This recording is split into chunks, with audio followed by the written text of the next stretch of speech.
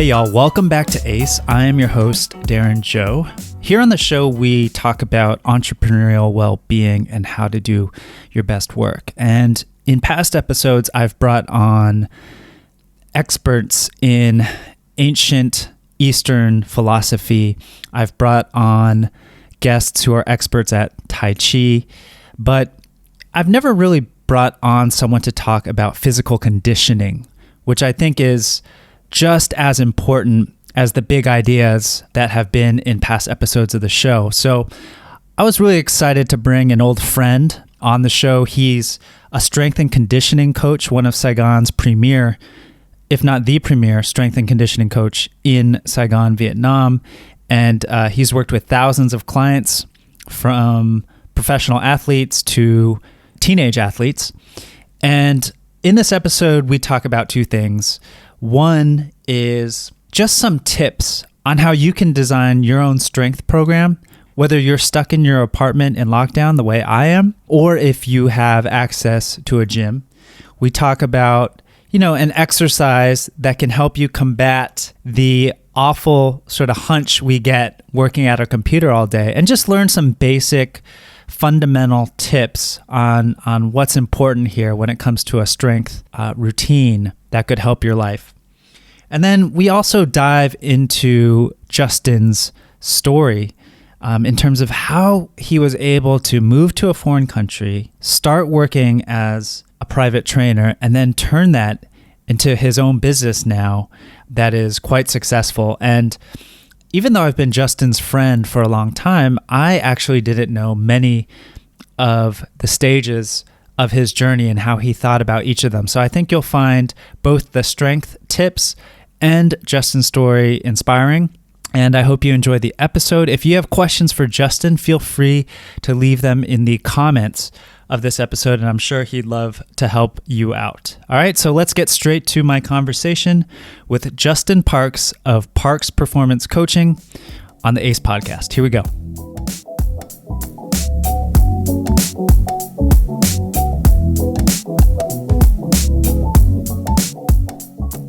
My next guest is a strength and performance coach based in Ho Chi Minh City, Vietnam. He's also my former roommate. He's a longtime friend and an infuriating opponent on the basketball court. I hate guarding him. But Justin Parks, welcome to the ACE podcast.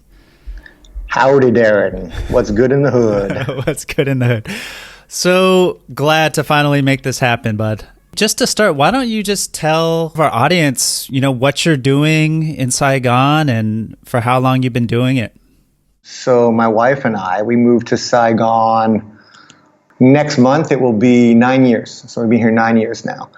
Kind of came here on a whim. I ended up traveling through Southeast Asia when I was 20. I took a gap year, ended up loving the place, and I always wanted to come back. So we did. Prior to coming to Saigon, I had a career in banking and finance. I'm obviously not in it anymore. It wasn't really my shtick. Learned a lot, don't regret it, but definitely wasn't fulfilling. So coming to Saigon, I suppose the main purpose was, I kind of had this thing in the back of my head where I just wanted to see if I could make it somewhere different. And I've always been up for a challenge. As you know, we always challenge ourselves on the basketball court. I just liked how different Asia was compared to Canada, where I was from. So when we moved in 2012, the initial idea was, let's get there. Maybe I'll get a job in banking and finance, because that sort of was like my career and, what life had imparted on me at that point. But when we got here, it was 2012. And if anyone knows Vietnam, 2012 for the banking and finance industry was like 2008 everywhere else, like this big crisis, no opportunities, blah, blah, blah. But it ended up being a blessing because I always had this pipe dream. Like the first time that I came to Vietnam, I was on the beach in Nha Trang. And then I just went down a side street and there was a gym. So I dropped in and you could see the ocean. And I'd be like, oh, wouldn't it be cool to have a gym in Vietnam, by the beach. But anyways, a year or so in Vietnam, not much going on, can't get a job, we're kind of living off savings. I see an ad to become like a personal trainer in the area that I'm living in now. I apply with some encouragement from my wife because at the time I was kind of a little bit nervous and scared, and what I was scared about, who knows, but it was what it was. Started working, got a client, got 30, 40 clients, and I decided to do it myself, and now we have a business called PPC. And what does PPC stand for? Parks Performance Coaching. So we're like a niche gym that kind of caters to youth athletes, the general fitness population, pro athletes. We deal with injuries. We got a little private training lab, I like to call it, here in Saigon. And we've been making an impact here for the past 6+ years now. Gosh, that's amazing. And I have been privy to the lab. In fact, I lived in the house, and it was amazing to be roommates with you guys and also just see how hard both you and your wife work to make this happen. I mean, when I would be going out for salsa at 8 p.m., these guys would both be asleep for their 5 a.m. wake-ups.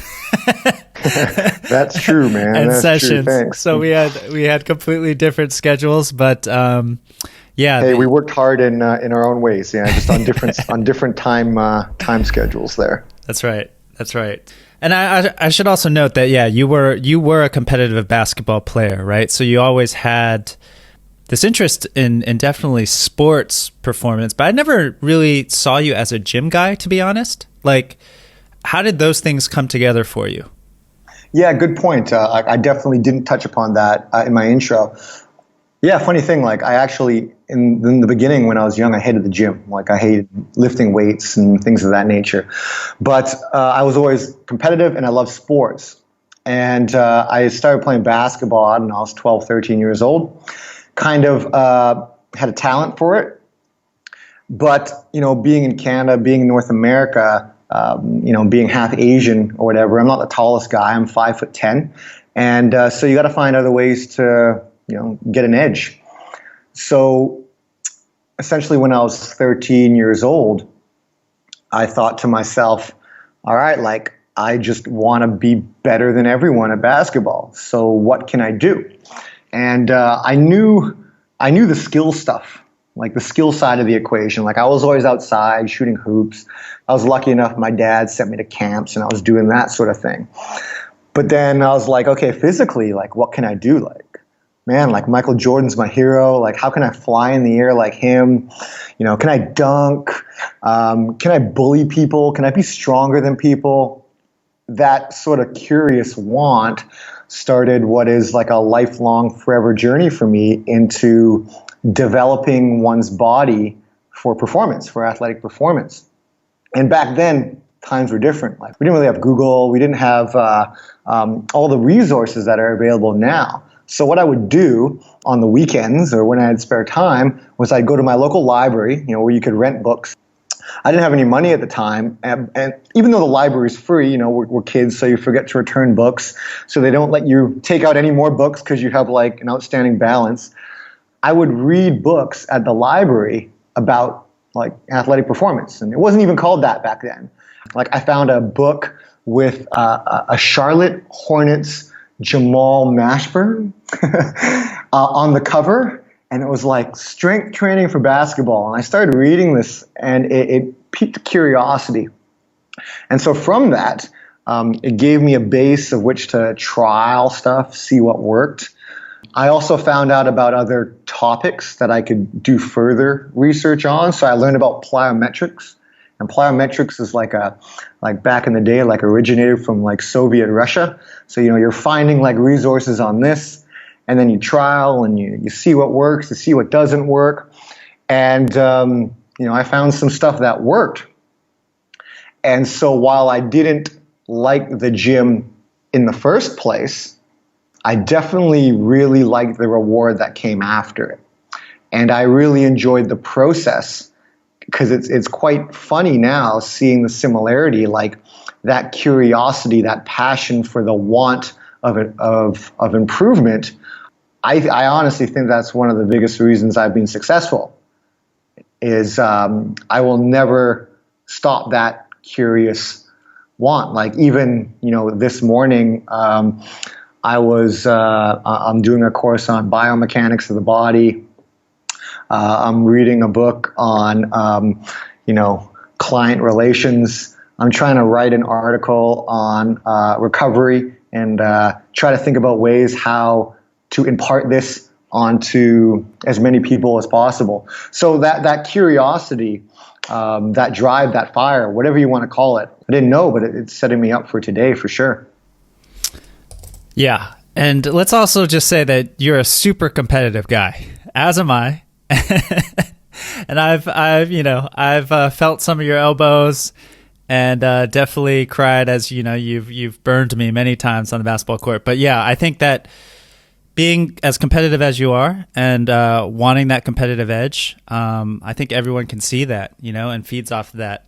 And now you're teaching people, right, how to learn the same things. I want to circle back to your story in terms of how you went from personal trainer with 40 clients to now working with professional athletes. We'll come back to that because I think that's quite a jump.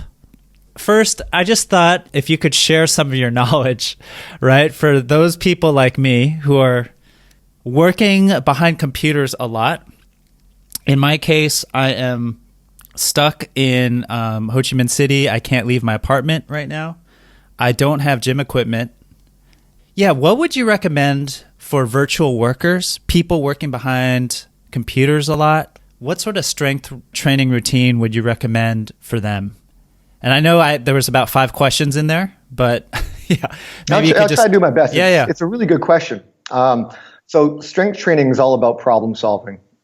So essentially the person in front of you or your demographic, which would be a virtual worker, what are their problems? What are their likely goals? And what can you do to get them to a better state or get them further along with what they want physically, health-wise? So it's a really good question because the solopreneur, the virtual worker, has several challenges. It's a sedentary type of lifestyle, right? You're inside.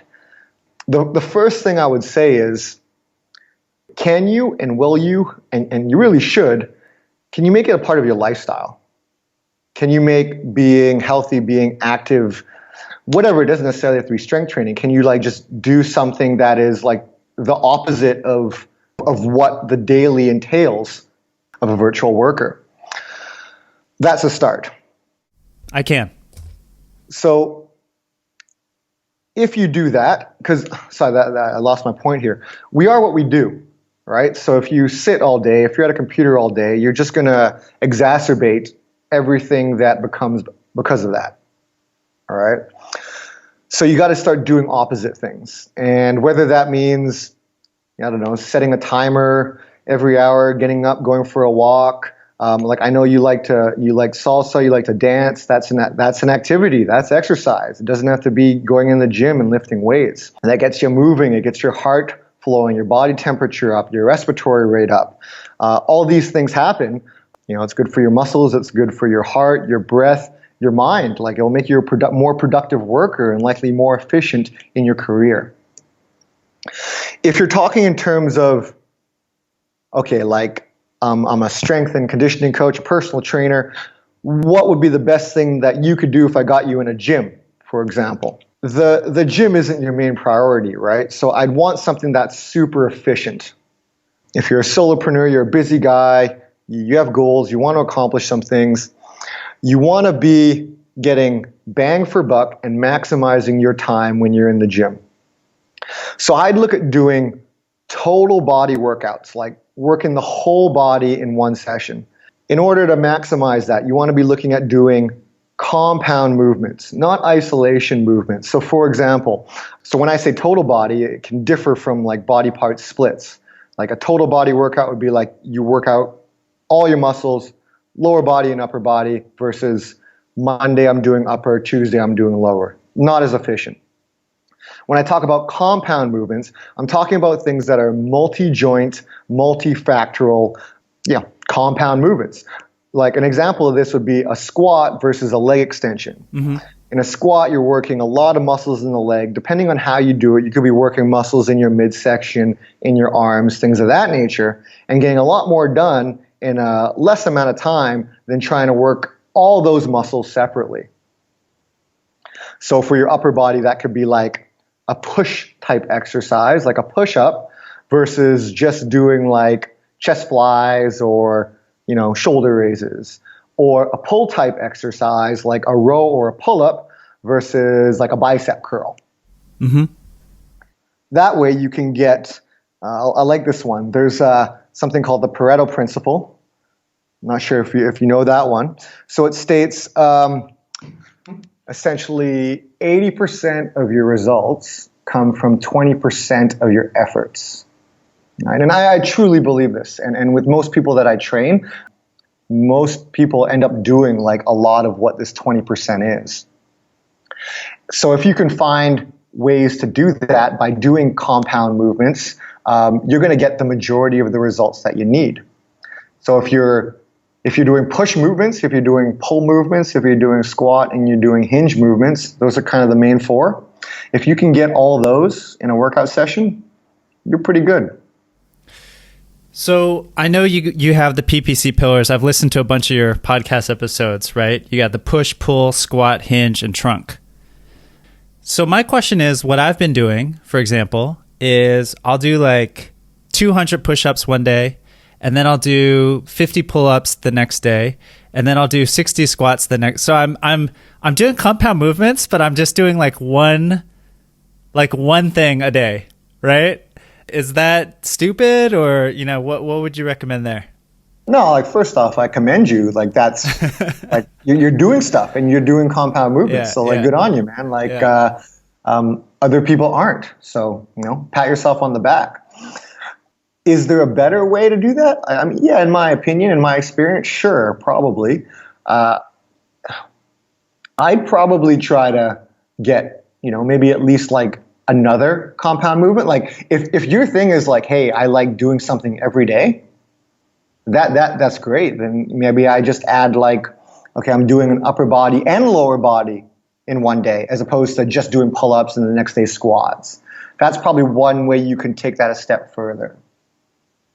Another thing I would try to do is, and we're, I'm getting there too. I recently had a birthday. We're getting into the those age brackets, right? Don't go there, Justin. Not on the pod. Yeah, we're getting there. We're getting there. It's a reality, right? Like as we age, we lose strength, we lose muscle, and yes. If we don't try to maintain or grow these things, like it just year over year, we keep losing it, and that can be detrimental to one's health and longevity, right? So one thing I would try to do is, and this is a tough one, in general fitness, there's this notion that more is always better. Like, hey, like I did 100 pull-ups. Awesome. Tomorrow I'm going to do 101. Next day I'm going to do 102. But if we're looking at this Pareto principle, all right, like what's the 20% that can get me the 80? We want to try to focus on the quality of strength more. And the word strength is kind of a misnomer. There's many ways to go about this. So people are like, yeah, I can do 100 pull-ups, I'm strong. I'm not talking about it like that. Like I'm talking about your body's ability to handle the forces placed upon it. And that can mean many things. So it depends on your goal. As a salsa dancer, like I don't know how crazy your moves are getting, but maybe you're throwing people up in the air and you got to catch someone that's 100 pounds. Like that's like a big impact, If you're like, for me, if I'm a basketball player, like I'm jumping up and down, hitting the ground, gravity, all these forces on my joints. So strength is different in the sense that we need to be able to handle like decent forces, like decent impacts, decent stresses in our body. And when we do lots and lots of reps, it kind of just handles one side of the continuum. And you're missing the whole other side of it, where in reality, like there's probably more gains in that spectrum than there are on the other side. Moreover, what I would probably suggest one does, in simplicity, try to do those movements, those pushes, those pulls, those squats, those hinges, with some decent load, like heavy loads to you. Like it doesn't have to be hundreds and hundreds of kgs. Like what's stressful to you, and have some stuff there where you're doing it multiple times, but not as many repetitions. There's this thing called RPE, rate of perceived exertion, that we use as an easy metric to measure like difficulty in an exercise or a movement. If you're doing 100 push-ups, right? Like when you first start doing those push-ups, right? Like it's probably like 1, 2 out of 10, like 1 being easy, 10 being difficult. Yeah. And you probably wouldn't say it's not like, it's like 7 or 8 out of 10 until you get to like, I don't know, for someone like yourself, 20, 30 push-ups, 40 push-ups, something like this, right? To work strength, you kind of got to be in like a 5, 6 rep range with an RPE of around 7. 7 out of 10. At least. 7 at least for that rep range. And if you can get that, like do it well, do it right, like I'm not, you like technique and stuff matters. If you don't know what you're doing, like hire someone. There's a lot of benefit in that, or at least learn somehow. Because there is injury risk potential with this stuff. But if you do it well, if you do it right, if you do it often, you'll likely get more benefits than just sticking on the high rep end of the spectrum there. Mm-hmm. Wow, that's really interesting. And so in terms of putting together a program, right? If you were to do this for, I love how you call us normal people in your podcast, civilians. What is it? General population. General fitness population. Yeah. Can I just say peons or general population? So okay, I mean that's the majority of my clients. Hey? Okay. Yeah, I won't put them down. But so, us general population clients, right? So let's just take one day. Let's say I'm doing push-ups and I'm doing squats that day. Okay. So let's say I do that twice a week. So maybe one day I do higher reps and then the other day I do what you're talking about. Or is it kind of like you're climbing a hill with progressively heavier loads? Or are you just saying to put some variation into that routine? Do you see what I'm saying? Yeah, I would go with more the latter, like the variation. Got it. Is there a perfect way to get an intended result? Sure, but that's not why we're here today, right? Yeah. I tell most general fitness enthusiasts, I'll say, hey, hey, what's the best for this? What program? Should I go high, low? Should I just focus on this? I mean, in the end, to be honest, for like the general fitness population, it's kind of minutia, man. Like the best thing you can do is show up 2-3 times a week for 52 weeks. And if you do that, like almost anything will work. For how long? For how long per session? It depends what you're doing. I mean, if you're just doing push-ups and squats, right? Like I'm working behind a computer and I don't really need, I don't have huge strength demands.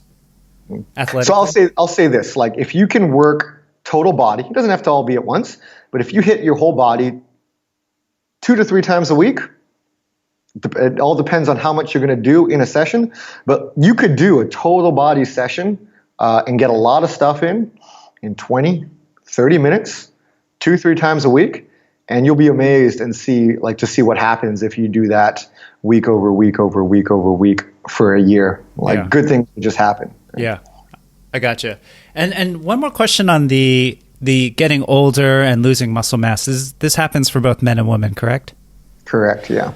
So what are some ways to combat that? Is it exactly what you're saying, or is there anything more to it? Right? Because I'm sure that's a very common concern for our listeners. The strength training is number one. Maintaining or increasing your body's ability to handle its forces. And the only way you're going to get that is by stressing your body so it adapts. So, one way to do that is getting in a gym and doing a total body strength training routine. Because, I'm just trying to think, is there another way? No, not really, man. Yeah. I mean, obviously, it goes along with other factors. Like if you, don't sleep well, if you get shitty sleep and nutrition, that's going to hamper it. Things of this nature, mental stress, so many things that can affect that. But yeah, we lose strength as we age, and the only way that you can combat that is to keep repeatedly stressing your body so that it adapts, that it maintains, that it's used to these sort of things. I'll give you a good example, and this gets a little bit more into what I do, but there was a study done, I don't know the name off my hand, had to do with seniors, and the biggest deterrent of quality of life for them is when they fell. That's right. Because if they fall, they're more likelihood to break their bones, and then they lose their mobility. things like going to the bathroom they can't do, and they can't. So like, if you look at that, okay, so what can one do for a senior? Well, if you strength train, like bone density goes up, muscle mass goes up. And another thing that was interesting that they did was they included an athletic training modality in their workouts. It's called power training. So power training is more like fast, coordinative movements as opposed to like big, strong movements. If we take a push, like a bench press with a lot of weight, that would be like a more of a strength, maximal strength movement. Throwing a medicine ball really, really far, a light medicine ball, that would be more of a power movement. So they started adding these sort of power training techniques, regressed for that population, for the senior population. I think what they did was they literally just took like basketballs and stuff and like repeatedly threw it against the wall, because it works on your coordination in the nervous system. And that would reduce the risk of falling by like 40 to 60%, just off the top of my head. Yeah. So like just by them doing it, even if they hadn't and they'd lost that quality, they can gain that quality back and reduce their future likelihood of injury. And when you say like total strength training, we're awash of YouTube videos and like, whatever social media platform you are. I'm sure all of us have seen those like cheesy, well, they're not cheesy, but they show like cartoon people working out and then like their body parts light up and just like follow this app, right? And do this work. I mean, where could we find good information there on a total strength training workout in case some of us want to put a plan together? Isn't that the question? How do you find a good advisor for an MBA program? You find an expert. There you go. Disseminating information is challenging these days, right? Because there's so much. There's so much, right? Man. Yeah. And as you said, you can go on YouTube, like TikTok, Instagram, whatever you want, and there's stuff, and you're like, cool. Let's like this guy on this social media platform is jacked. I should probably do what he does. Exactly. You just see these like really fit people, but are they actually doing the right thing, right? Like they look fit and they're exercising. So it's like, okay, I want to be like that person, so I'll do that. But that doesn't seem right to me completely. In reality, like going back to this Pareto principle, like 20% that will get you the 80. In reality, the 20% of the fitness stuff for most people, the PPC pillars, like the squats, hinges, pushes, pulls, it's not fancy. And that's probably why it's only a small portion of what you see on the internet, online. I mean, what is social media anyways than trying to grab people's attention? And I mean, simple is not like attention grabbing, you know what I mean? I mean, like that's a tough one. Hey, like getting good information is a skill on its own. And unfortunately, like I usually see people like further down the journey. The beginner will be like, the most common things, I need to lose weight or gain strength. And then they'll see someone and they'll do something and they'll stick with it for a week, and then maybe they get results or not, and then they stop and then it doesn't work, or they get hurt.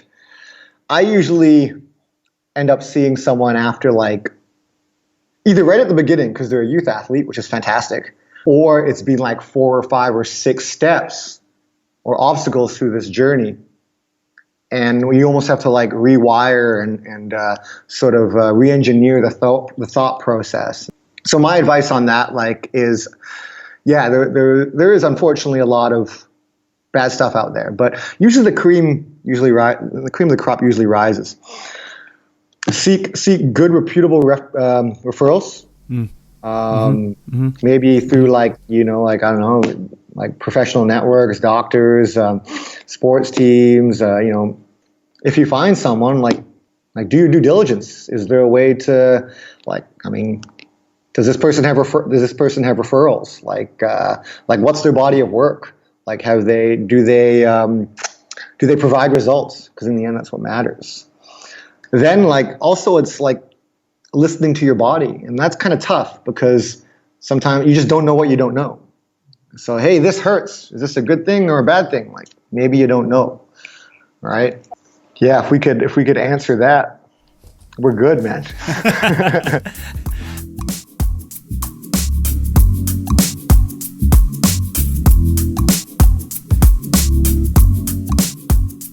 One more question for us sort of virtual workers is fighting the hunch, right? Specifically. So if we could, I was wondering if maybe you could share like one specific example for us people, working on computers a lot.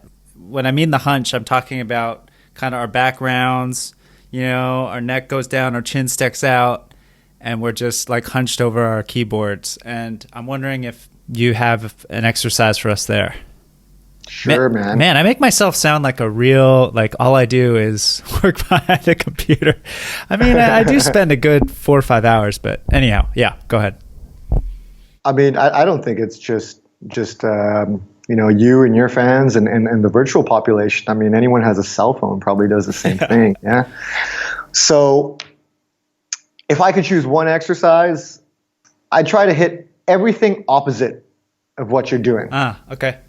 Right? So essentially the front side of your body, it's all going forward. Mm-hmm. Yeah? That makes sense.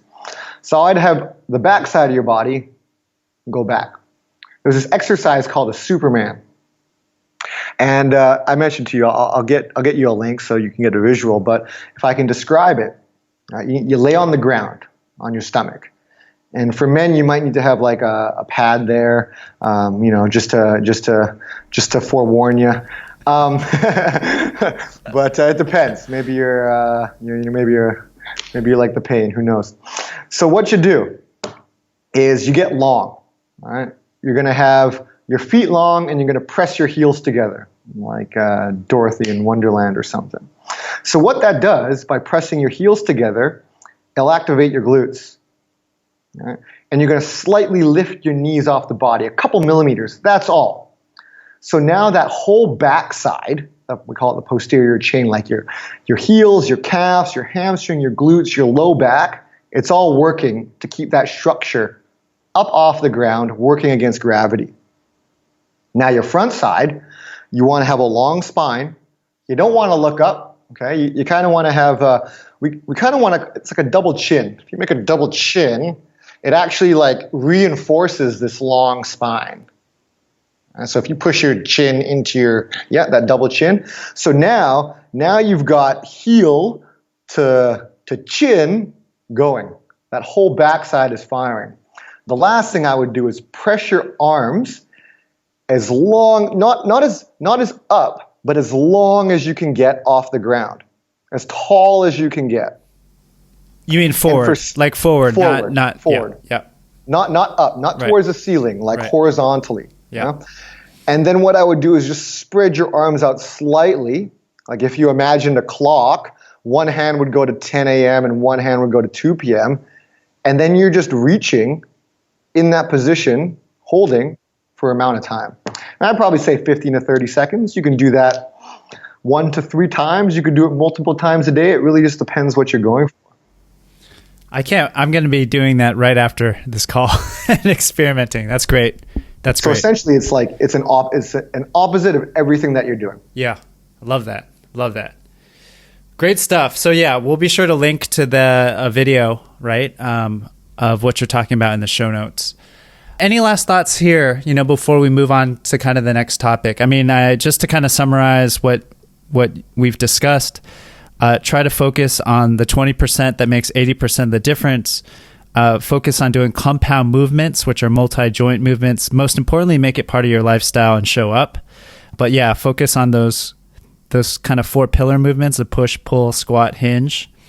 And really think about quality of strength.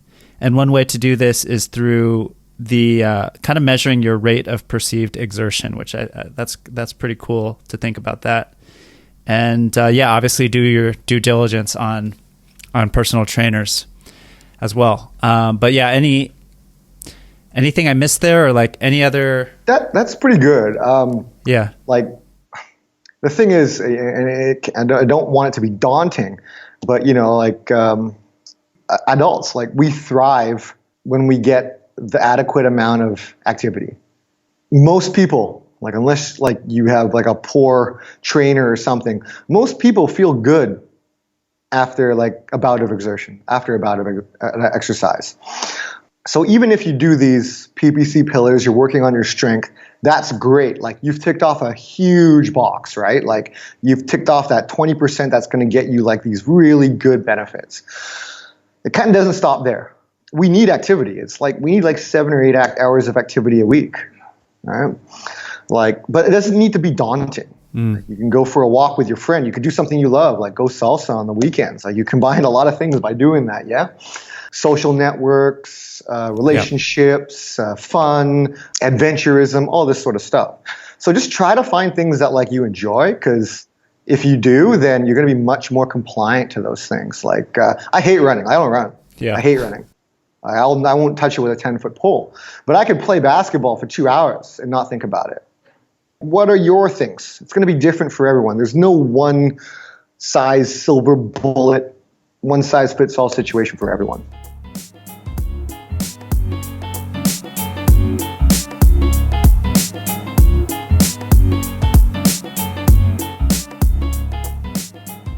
I want to dive back into a little bit of your story now. I mean, it's pretty amazing that you were a personal trainer and then now you're training some of Saigon's like professional basketball players, for example. So maybe the question there is like, how did you build up your reputation? How did you build up word of mouth? How do you go from kind of an unknown personal trainer to a trainer to the national basketball team? I mean, I can only comment on myself, right? So I'm essentially in small business, and it probably won't work at scale, even though I disagree. But like word of mouth is huge. What is social media right now, anyways, than word of mouth, like on a grandiose scale in a different way? So I was really lucky. Like I touched upon this before. I was a little bit hesitant to get into becoming a personal trainer. Just because I didn't know. Like I just didn't know what I didn't know, and I was scared of failing. I was scared of success. I was just procrastinating, and it was my wife that pushed me to do this, which is awesome, and I'm super grateful for. I'm working at this gym, and I get one client, and you just care. Like you just do good work. You try. This is a great lesson. Always try to over-deliver on value. If you can always try to give more value than the person in front of you thinks they're receiving, or thinks they're going to receive, right? Thinks they're going to receive, like you cannot lose. That's a habit, much like working out, showing up, that I've done for years and years, and it's compounded, like compound interest to what it is today. So I started out with one client. She had goals. I cared deeply about her goals. I helped her get there. From my previous experiences, like in banking and things of that nature, I've had much experience dealing with people. So I have that skill set to be personable and to build relationships. Which is crucial for your industry, I think. I mean, it's absolutely any service industry, anything that deals with people, essentially. Like you need to be able to deal with people, right? So, I mean, like when I was younger, I played on sports teams. There's leadership, working with other people, obstacles. I worked at a restaurant as a server, as a bartender.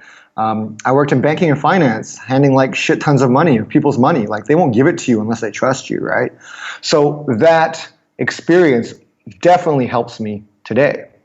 The one client that I end up helping is like the head of the PTO or like a PTA of a school, right? And so through her, I end up getting like 15 clients. And then from then it's like 30, 40. And like in 3-4 months, I'm starting to think, I'm working for this gym. I'm kind of giving them a cut of everything I'm making. And like, I don't really agree with their philosophies. I could just do this on my own. And that's another thing. Like that's another mental step, because I've always been this worker, this corporate guy. Now as a personal trainer, I was like, hey, cool. Like kind of making a living. I'm able to do what I do. I'm doing what I love. But like, hey, like now I want to do it myself. Okay, what do I need? And again, luckily, like I've had backgrounds in like in a corporate situation with several roles. I've worked at restaurants where the owners are entrepreneurs. Another hobby of mine is entrepreneurship. So I have this like business background skill set to say, hey, like, let's run some numbers. What does this look like? I made a business plan. And you do the business plan. I was like, holy shit, like, I gotta go. I did the math, and it was even like, if I lose half my clients, I'm still making money. Like, I'm still doing better off than I was. So it was a no-brainer. It made the decision so much easier that any sort of mental block that I had was sort of pushed away. So then, like, I took little money that I had, and I was super fortunate. My dad gave me a little bit of seed money. I bought a bunch of equipment, had it shipped over, rented out a big place, redid the whole place, and set up this, I call it the PPC lab, which is like a training studio. And this is kind of where we do all the work. Those were interesting times. Because when I started, it was like, okay, personal trainer working for someone else, this is cool. Like, I'm living in Vietnam, I'm young, and I'm having fun, and I'm making money. Then I step up. Okay, I'm doing this on my own. I'm like this small business owner. It's all for me, and I'm making a difference in all my clients' lives and blah, blah, blah. I wasn't working with kids at the time. But then I started thinking, is this enough? Like, I can't have kids, like, with the money I make. Like, is this going to be a fulfilling, sustainable lifestyle? And at the time, I'd probably say it was year 2. It was no. Like, it wasn't. I wasn't making enough money to, if I want to have kids and send them to schools and all this sort of stuff, it wasn't enough. So then I started thinking, like, okay, what's PPC's mission statement? I actually didn't have it at the time. Yeah. And it's cliche, but it's super hard, yet super important to understand what that mission is. And it took me time. I'd suggest, like, I'd say 6 months. And in the end, it worked out being this: the betterment of strength and conditioning, strength training, athletic performance, and injury prevention in Vietnam. So with that as my mission statement, with that as my northern star, my guiding light, decisions became much easier. And more importantly, it allowed me to figure out what not to do. And that's a huge thing.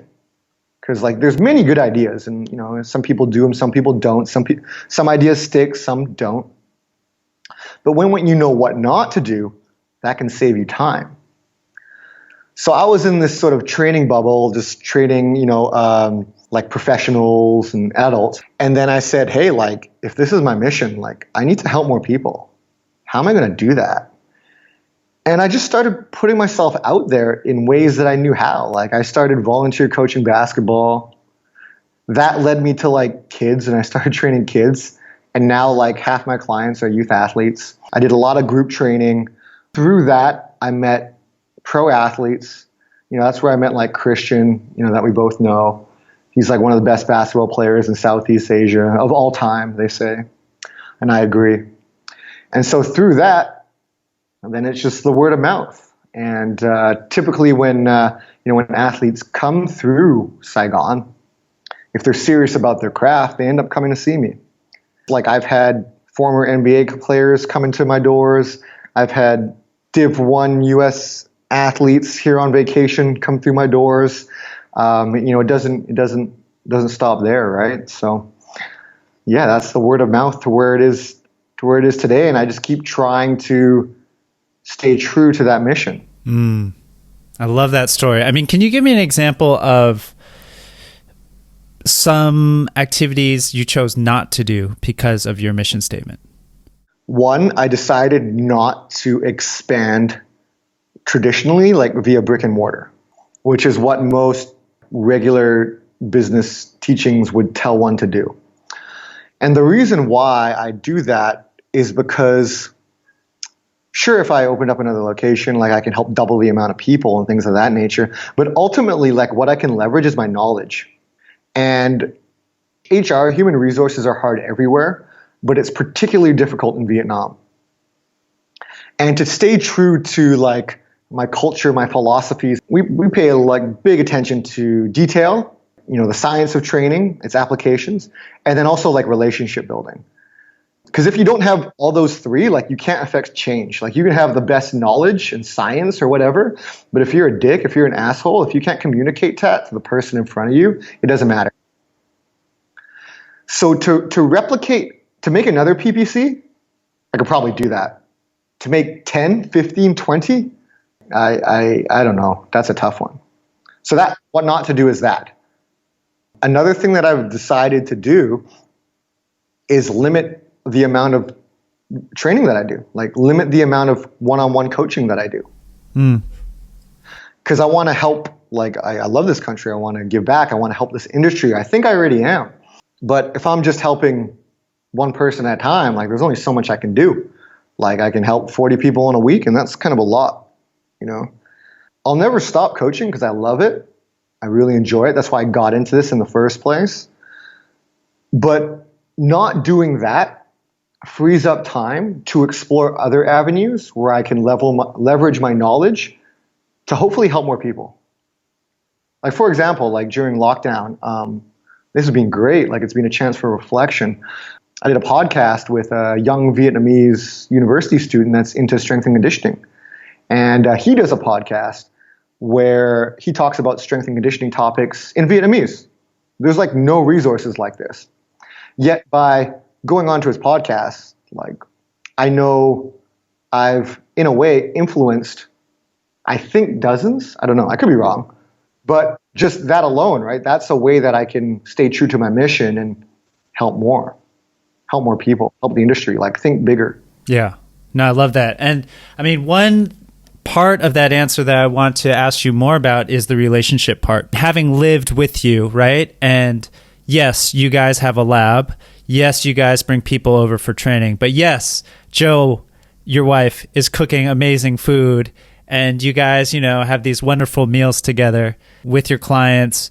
I know so many of your clients, when you guys host parties, always talk about how you guys have both, I want to include her in this as well, have both really built a sense of family, and community in your little part of Saigon over there, which has become a bigger part of Saigon. Maybe it's as simple as being good to people, but I just love to kind of hear about how that has factored into your business as well, because I see it as a huge part of what you guys are doing.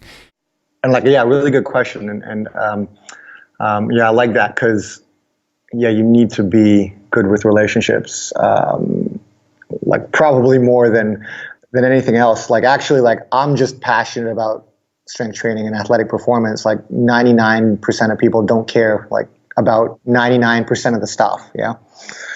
But here's a cool story. Like Joann and I, we came to Vietnam and I sold all my stuff in Vancouver, car, rented out my apartment, all this sort of stuff. So I had like 2 hockey bags from Canada. And that's everything that I had. And that was day one. We had like no friends, no nothing. We came here without a job. And I think it's 6 years, but 4 years after opening PPC, we had our wedding. And you were there. Yes, I was. And it was amazing because we came to Vietnam with nothing, not knowing anybody.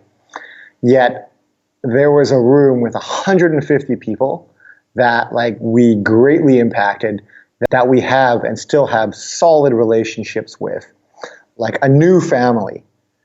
And that comes from just building relationships. So what can I say about that? Like, I think one way to do it is like, I'm not money driven. Like, the more I've helped, like the more money just kind of comes in. So it took me a while to like, to fully grasp that. But like now I'm like really, like it's do things for reasons. Having that mantra, that helps, but just always over deliver to the people in front of you. There's a fitness industry like in Vietnam, right? And I don't even think I'm not even really like a part of it. Like there's like strength and conditioning, like what I do, it wasn't even a thing when I came and I created it. Like I created my own market, like my own niche. We created our own niche and just wanted to help people.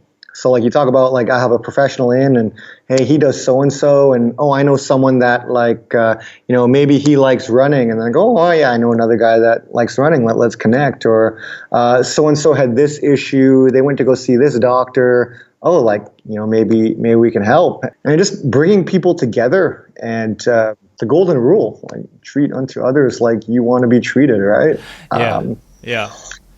And I can honestly say like that's where it all comes from. Like honestly caring, over delivering, like being in their shoes. And when you do that, like most of my friends are my clients and stuff, right? Like clients, friends, it's all intertwined now. We've also been able to create a space. You know how it was in Saigon like 4 or 5 years ago, right? Like it's fun, it's adventurous, it's hip. You go out, you can have drinks, you eat whatever you want. It's like easy. Your dollar goes far. There wasn't as many things if you didn't like that. I don't really feel like going and partying until 3 a.m. every day. Like, I don't really want to drink 2 bottles of wine at dinner and blah, blah, blah. There wasn't stuff like that, right? And we were able to create a place or places or situations that were outside of that were different to that. I frequently have dinners with clients. Like we get them. It helps that your wife is a great cook too. Absolutely. Like, and we're a team. Yeah, we're a team. And like, she's definitely part of that relationship building equation, right? Like we're yin and yang, she's much more of an extrovert. I'm an introvert. And so we can, we can give where someone takes and fill in gaps where the other can't. Even like in lockdown right now, right, we're able to procure food for some of our clients just through like our connections. It's kind of like a one-stop shop now. You can kind of get a lot of stuff done at PPC, not just the training. Yeah. Well, I think one factor you didn't mention and that I think is huge is you guys also bring a real sense of fun. I mean, you're dead serious in delivering value. Don't get me wrong, but there is a sense of a big sense of play and fun when you guys throw your events and have your dinners too. I think that's a big part of it. One more question on something you said, which was kind of interesting, and I think is an issue that many of us face, is this relationship with money. Because you said at some point you realized, if I just help people and give value, it comes back to me. Do you have a story there? Or, I'm just kind of want to dive into that one sentence you said. I'm comfortable like financially, so maybe it's like hard to like listen to it, like from my perspective at this point now. But I don't come from a place where I'm comfortable for money. Like we grew up, like in my family when I was young, we didn't have as much money. Like I say this, like I've said this one a lot recently. I don't know why, but we didn't have money to the sense where I was young. You're developing, you lack confidence, and I got a date. And then I couldn't get money to go to the movies. And like that's like scarring, right? So you can't go on the date. You're like, crap. Like you think there are all these expectations, blah, blah, blah. So that's like definitely like scarred me, but it can change. Now I was able to make income that fit my lifestyle.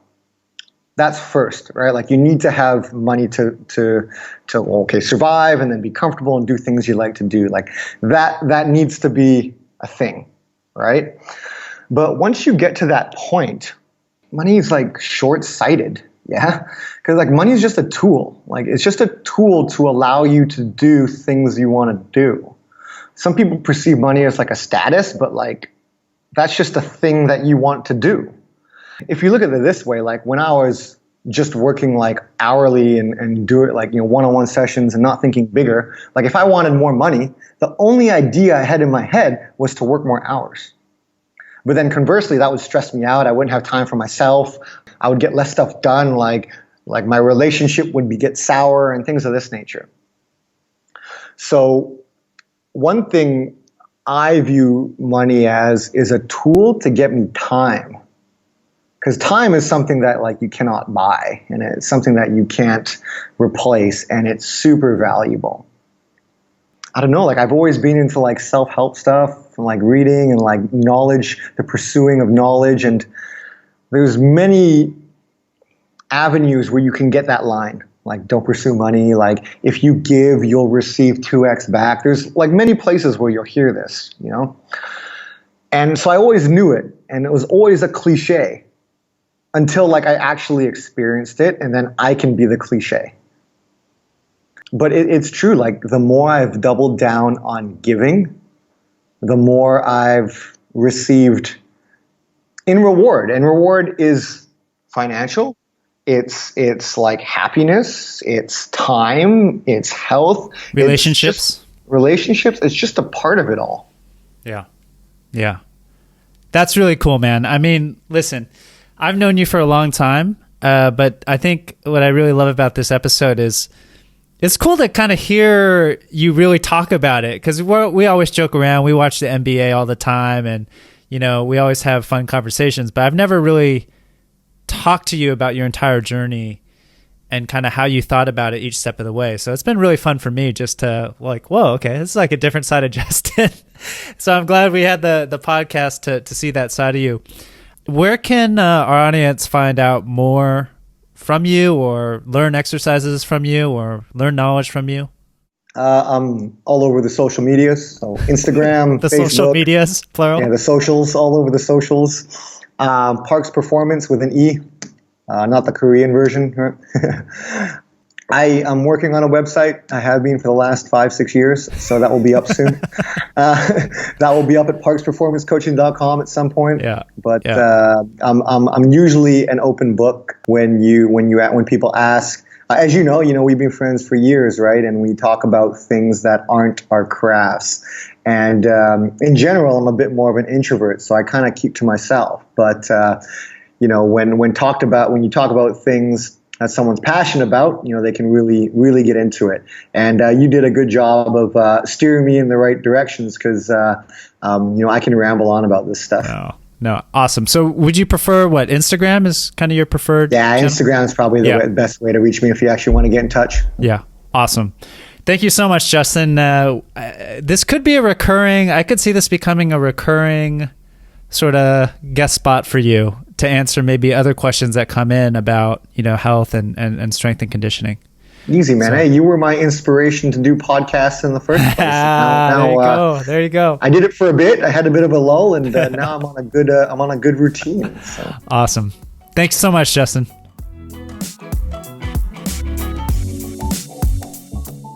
Thank you so much for listening. And if you enjoyed this episode, please press subscribe and leave us a review on your podcast app. It helps more people discover the show.